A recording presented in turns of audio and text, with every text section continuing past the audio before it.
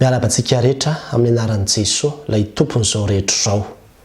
Mofo tsy misy masirasira. Izay indray ry havana no lohatenin'ity vidéo manaraka ity. Raha olona efa mpamaky baiboly ianao dia tsy maintsy efa nahita an'izay teny izay tao anatin'ny baiboly.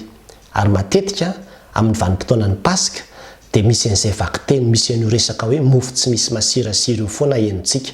Fa inona marina moa izy io? Satria raha mijery zao tsika any amin'ny Luka 2:22 dia ambarana eo manao hoe ary rehefa mbiakaiky ny andro firavoravoana fihinanana ny mofo tsy misy masirasira dia ny Paska. Tahaka izany koa any amin'ny Matteo 5:17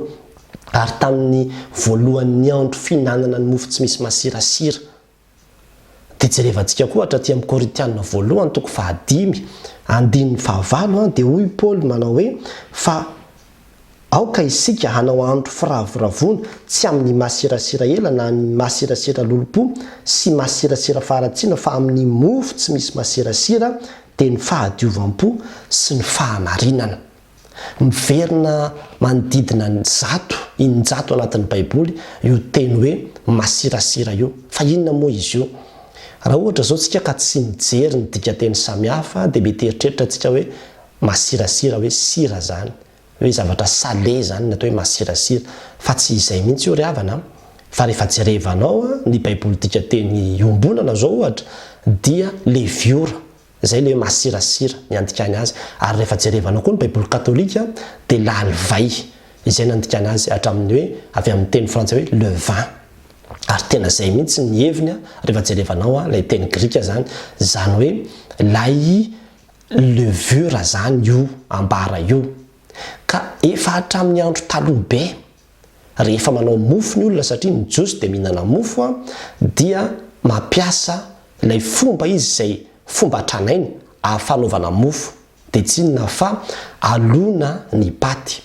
Rehefa alona ny paty na hatramin'izao ary dia misy ilay antsoina hoe levure, izay karazana biby kely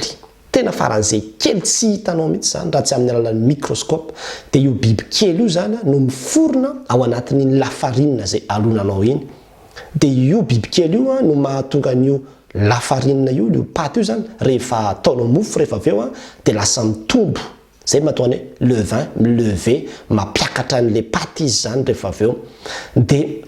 ny fanaovana an'izy io zany tamin'izany fotoana izany dia raha ohatra ianao ka amorona hoe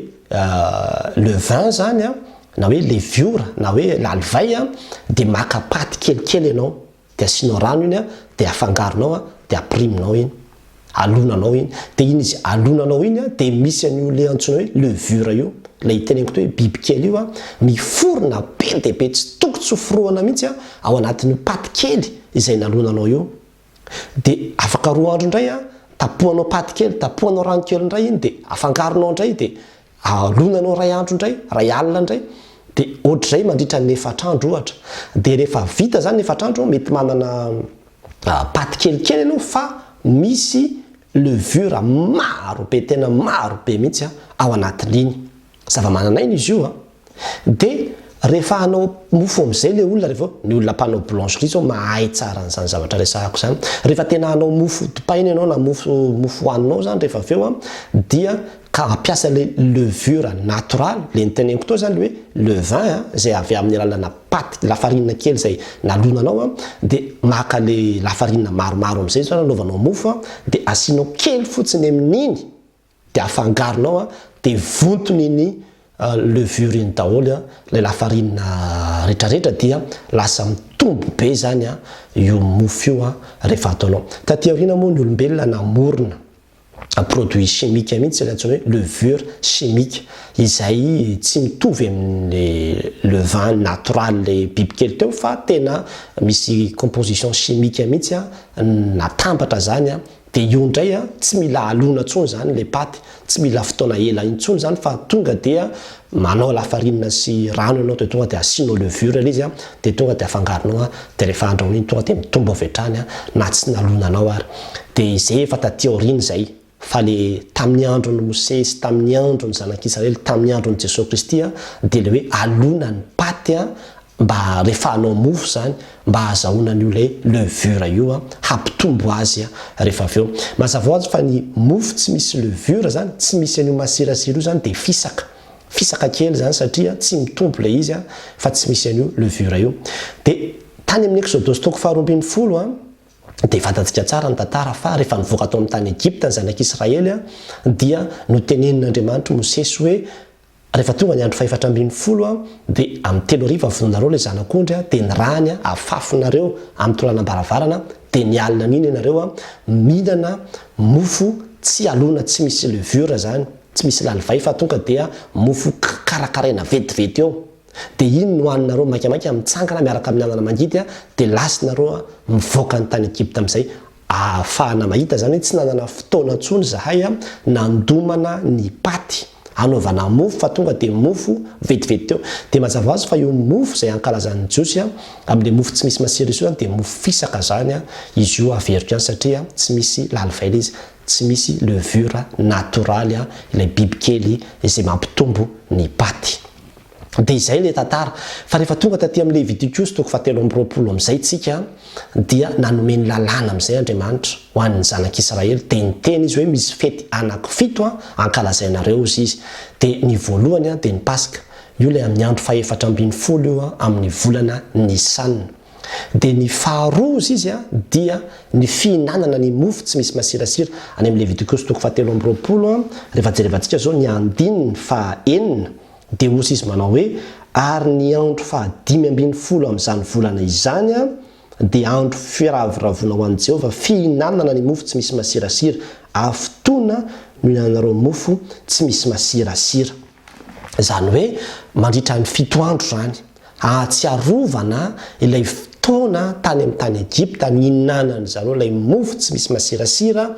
maikamaika zany ivoaka ny tany Egypta dia nasian'Andriamanitra natao lalàna mihitsy izy hoe manomboka zao zany de mandritra ny 7 andro nareo aorianan'ny Paska de mihinana mofo tsy misy masirasira mandritra ny 7 andro ianareo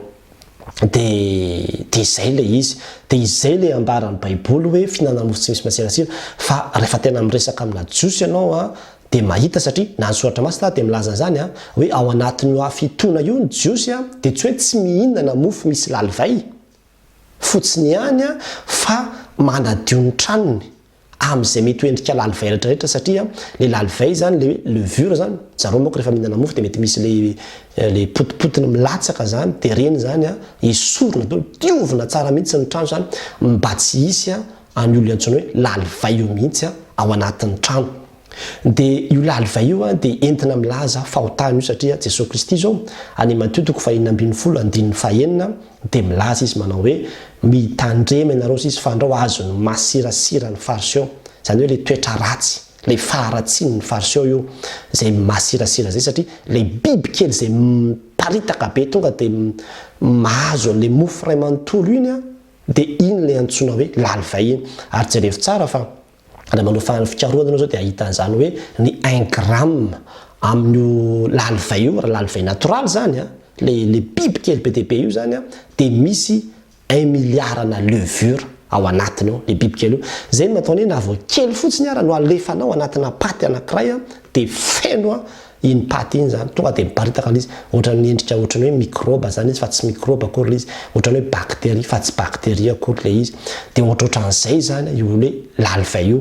ka entina ilazana io zany hoe zavatra mamindra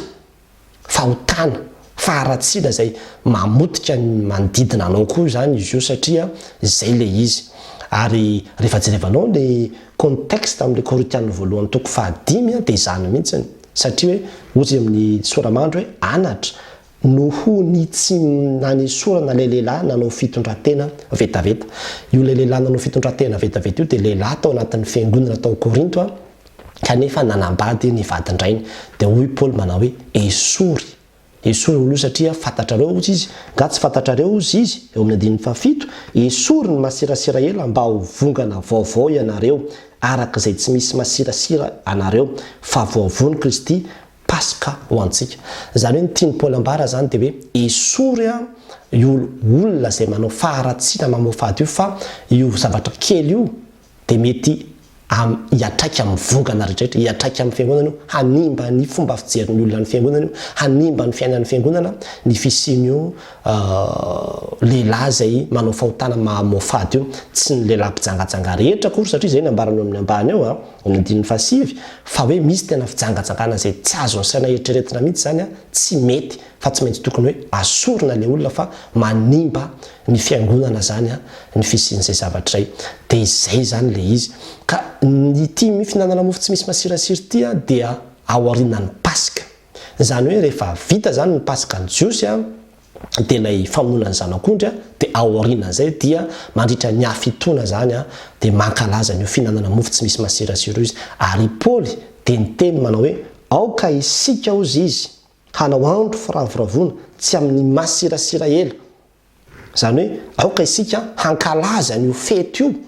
Dia io fety fihinanana mofo tsy misy masirasira io tsy amin'ny alalan'ny hoe masirasira ela ozy izy na masirasira lolompo. Eo fa entiny ilazana le faharatsiana zany le izy hoe tsy amin'ny alalan'ny hoe lolompo na faharatsiana fa amin'ny mofo tsy misy masirasira dia fahadiovam-po sy fahamarinana. Izany hoe ilay fihinanana mofo tsy misy masirasira zay tokony ankalazaina amin'izao ankehitriny zao zany dia tsy inona fa ny fahadiovam-pontsika. Ary io rehefa tena jerevanao dia Jesosy Kristy ny tena nahatanteraka an'io. Izy ny tena nahavita nanaisotra ny masirasira rehetra dia ny fahotana teo amintsika. Kanefa rehefa jerevanao ty Korintiana voalohany toko 5 ty dia misy koa zany andraikitra takina amintsika ihany koa hoe esory. Ary rehefa tena miresaka amin'ny jiosy ianao dia tena sahirana mihitsy zareo, somokotra mihitsy izy ao anatin'io andro anankifito zay hanadiovana ny trano, hanesorana zay poto-mofo rehetrarehetra misy masirasira io. Ka jerevo ry havana, sao dia misy lolompo, sao dia misy fahatezerana amin'ny levina, sao dia misy faharatsiana samihafa any anatintsika any fa efa voavony Kristy Paska ho antsika. Ny dikan'izany hoe efa vita ny Paska, aorianan'ny Paska dia ny fihinanana mofo tsy misy masirasira avy hatrany. Ka dia aoka isika atsiaro sy atsapan'izany hoe efa vita ny Paska, fotoana firavoravoana zao zay hanadiovantsika ny fiainantsika, hanadiovantsika ny fontsika, hanadiovantsika ny saintsika, satria be dia be ny zavatra zay mamotika sy manimba ny olona. Ka dia amin'izao fotoana izao zany tsy mankalaza an'ilay fihinanana mofo tsy misy masirasira ara-baky teny intsony sika, fa afaka ny ankalazan'izany ara-potokevitra kosa dia ilay ambaran'ny Paoly teo manao hoe amin'ny fahadiovam-po sy ny fahamarinana. Efa nentin'i Jesosy teo ambony hazo fijaliana ny fahotanao, efa nasorony daholo ny faharatsiana rehetra. Nahoana isika ny mbola ilona ao anatin'ny faharatsiana ihany fotoana izao hanadiovana ny fiainantsika faratsy zany dia matimaty fotsiny ilay zanak'ondry, matimaty fotsiny teo ambony hazo fijaliana ny tompo raha ohatra ka mbola fiainana miaina ao anatin'ny faharatsiana ihany tsika. Fa na dia zavatra kely aza dia dinio amin'ny fiainanao. Inona ny tokony esorina, inona ny tokony alana, inona ny tokony ajanona, fa izany zavatra kely zany dia mety hanimba ny vongana iray manontolo. Ary izay nambaran'ny Paoly, isaky ny mandaisotra ny faharatsiana sy ny fahotana eo amin'ny fiainantsika isika, dia izay le antsoina hoe mankalaza ny andro firavoravoana, fihinanana ny mofo tsy misy masirasira. Dia mino ravana fa hitondra fanazavana fohy ho antsika izay video izay, ary ho an'Andriamanitra ry rano ny voninahitra. Amen.